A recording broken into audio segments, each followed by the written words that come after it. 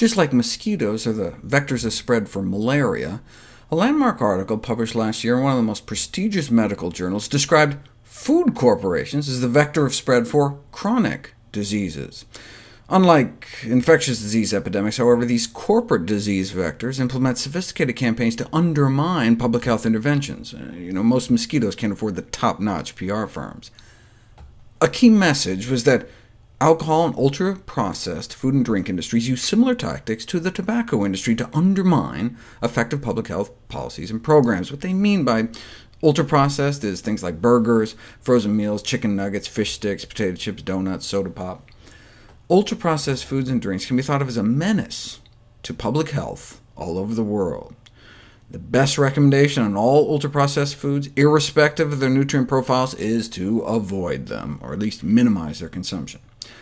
But how is the food industry like the tobacco industry? Well, the first strategy is to bias research findings. For example, Philip Morris implemented the White Coat Project to hire doctors to publish ghost-written confounder studies purporting to negate links between secondhand smoke and harm, publishing biased cherry-picked scientific reports to deny harm and suppress health information.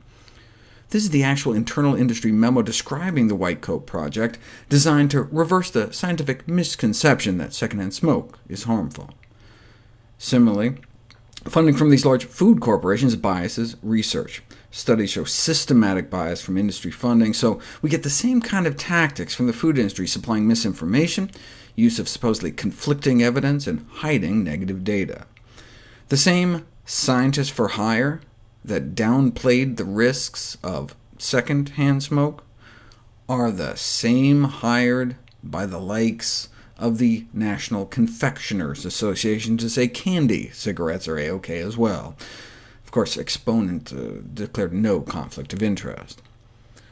The similarities between strategies used by the tobacco, alcohol, and food and drink corporations are unsurprising in view of the flow of people, funds, and activities across these industries, which also have histories of joint ownership, like Philip Morris owned both Kraft and Miller Brewing.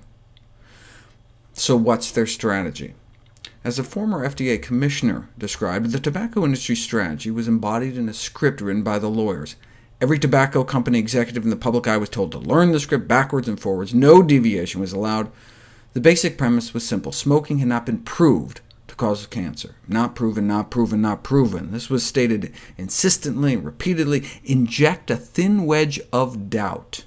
Create controversy, never deviate from the prepared line. It was a simple plan, and it worked. Internal industry memos make this explicit. Doubt is our product, since it's the best means of competing with the body of fact that exists in the mind of the general public. So, the general public is convinced that cigarettes are in some way harmful to health. So, objective number one, to set aside in the minds of millions the false conviction that cigarette smoking causes lung cancer and other diseases, a conviction based on fanatical assumptions, fallacious rumors, unsupported claims, and the unscientific statements and conjectures of publicity-seeking opportunists.